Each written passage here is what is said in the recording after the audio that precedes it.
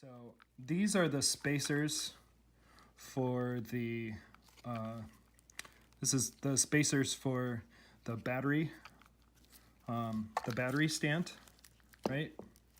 So it's on that slant, this slant, these two slants, right? So you want to position them somewhere in here.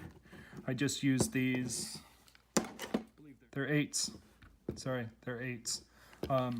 So they're 8mm posts that I put into here. So I put those on just using the little plastic bolts, the plastic nuts work. This bolts through here, right? You put these posts on with those. That comes with the kit. And then the screw goes on there to the universal wheel.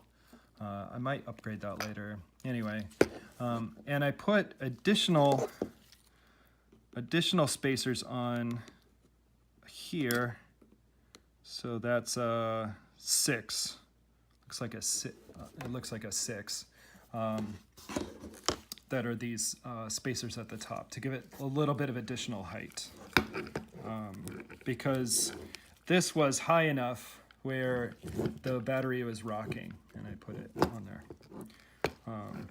And then you just, putting on the wheels is as simple as there's that kind of oblong, and then so are these. So you just